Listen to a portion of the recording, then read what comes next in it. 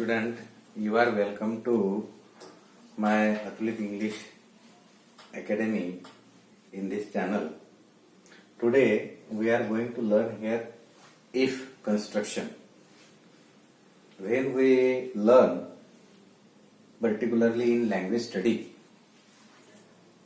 we learn the construction or the structure of if. जेव्हा आपण if रचना शिकतो तेव्हा त्याच्यामध्ये ही जी इफची रचना आहे, दिस इज द क्लास. म्हणजे इफची रचनेला adverb clause ADVRB adverb clause of condition असं म्हणतात. Adverb clause of condition.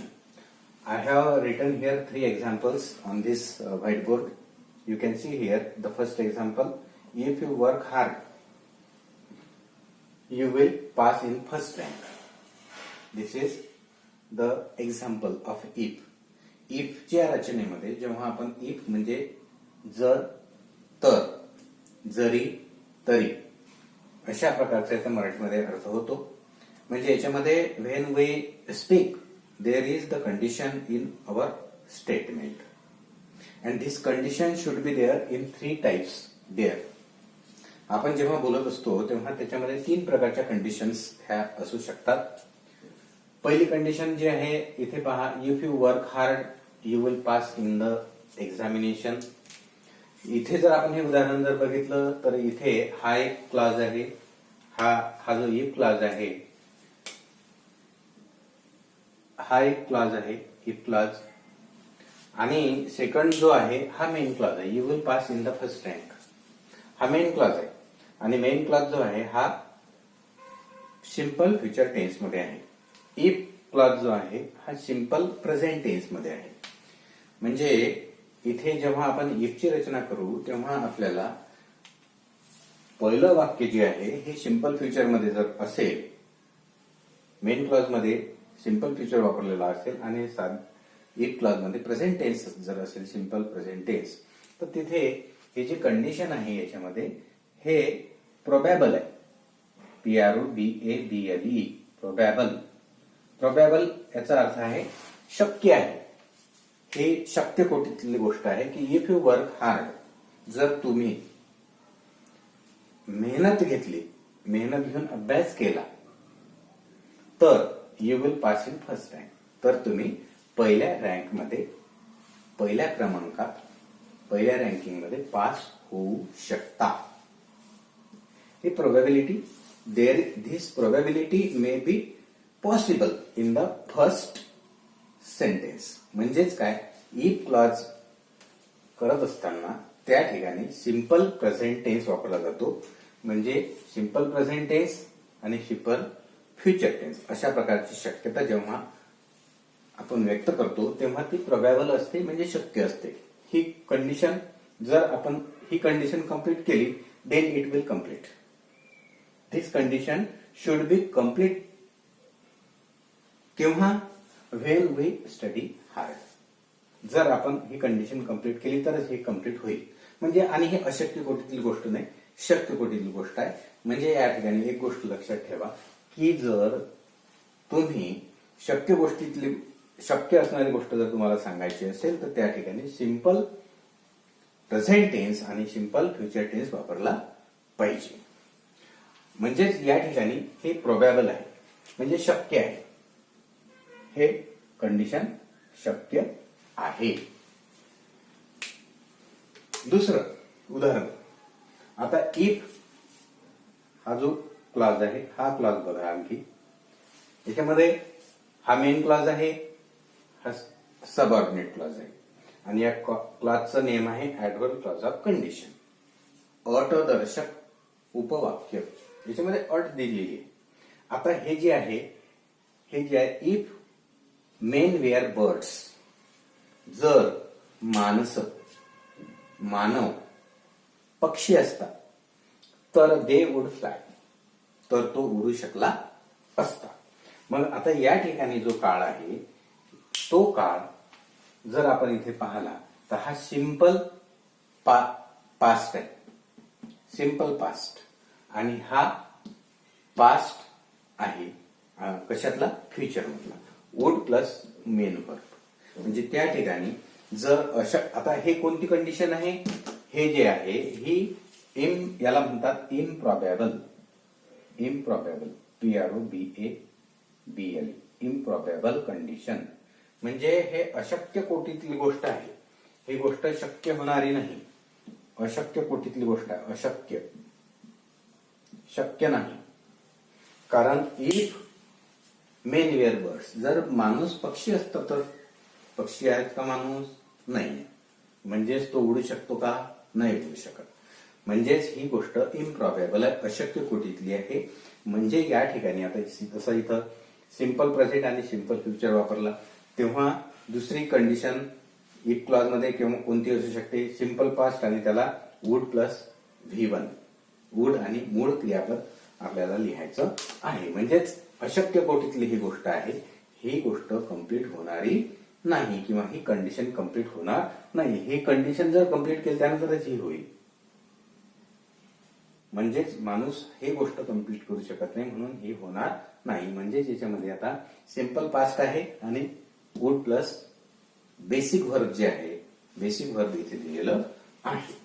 आता हे झालं प्रोबॅबल, हे इम्प्रॉबॅबल. आणि आता तिसरं जर आपण हे वाक्य जर बघितलं, if you had studied hard, you would have past. म्हणजेच काय, इथे कंडिशन जी आहे, हा जो काळ वापरलेला आहे या क्लॉज मध्ये, हा क्लॉज जर आपण बघितला तर इथे आपल्याला एक गोष्ट सहज दिसते.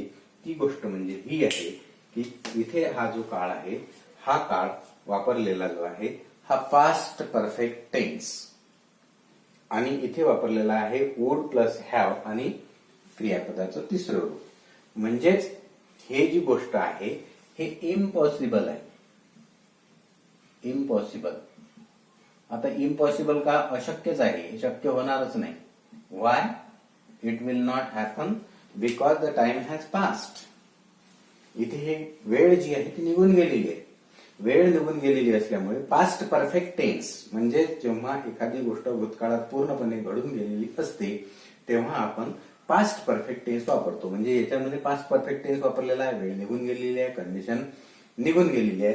त्यामुळे ही condition never, the condition never be completed, कधीच हे कम्प्लीट होणार नाही. म्हणून जर, म्हणजे याचा वाक्याचा अर्थ काय की if you had studied hard, जर तू चांगला अभ्यास केला असता, मेहनत घेऊन अभ्यास केला असता तर यू वुड हॅव पास्ट, तर तू पास झाला असता. म्हणजे the time has past, therefore the condition never be completed.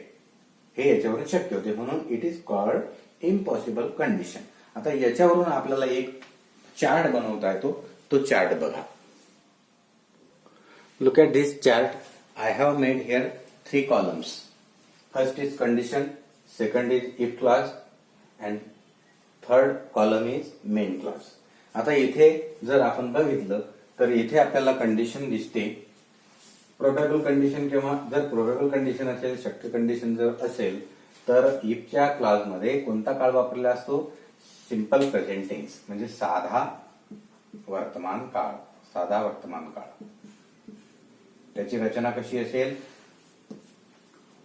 Subject, मूळ वर्ब आणि ऑब्जेक्ट, जसं आपण उदाहरणामध्ये बघितलं.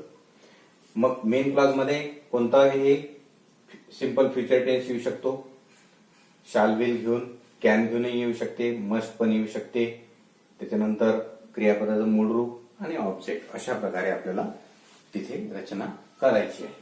पेज नंबर जर आपण 10व्या वर्गाचं पेज नंबर 90 आणि 91 जर बघितला, त्याच्यामध्ये लँग्वेज स्टडी दिलेला आहे, त्याच्यामध्ये हे इफची रचना दिलेली आहे.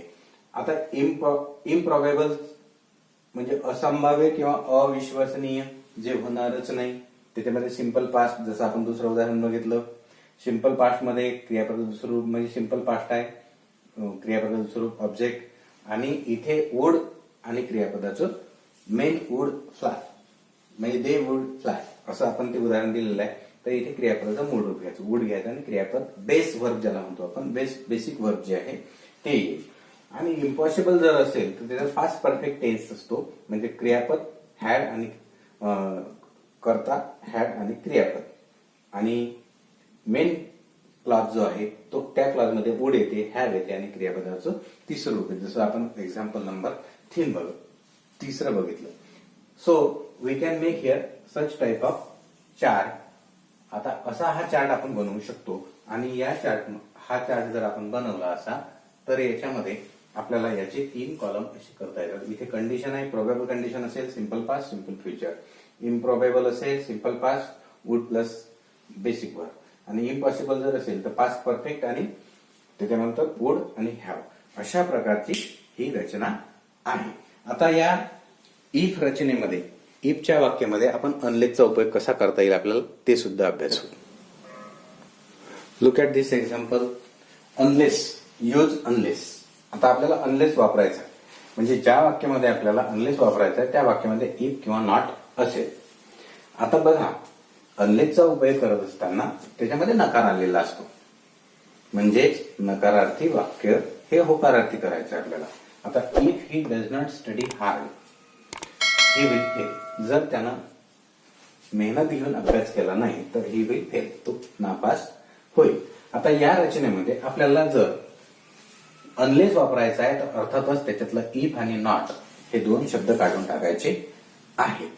मग हे शब्द काढताना आपल्याला याचं उत्तर या प्रमाणात किंवा यासारखं लिहावं लागेल की he unless he STUDIES studies hard, comma he will fail.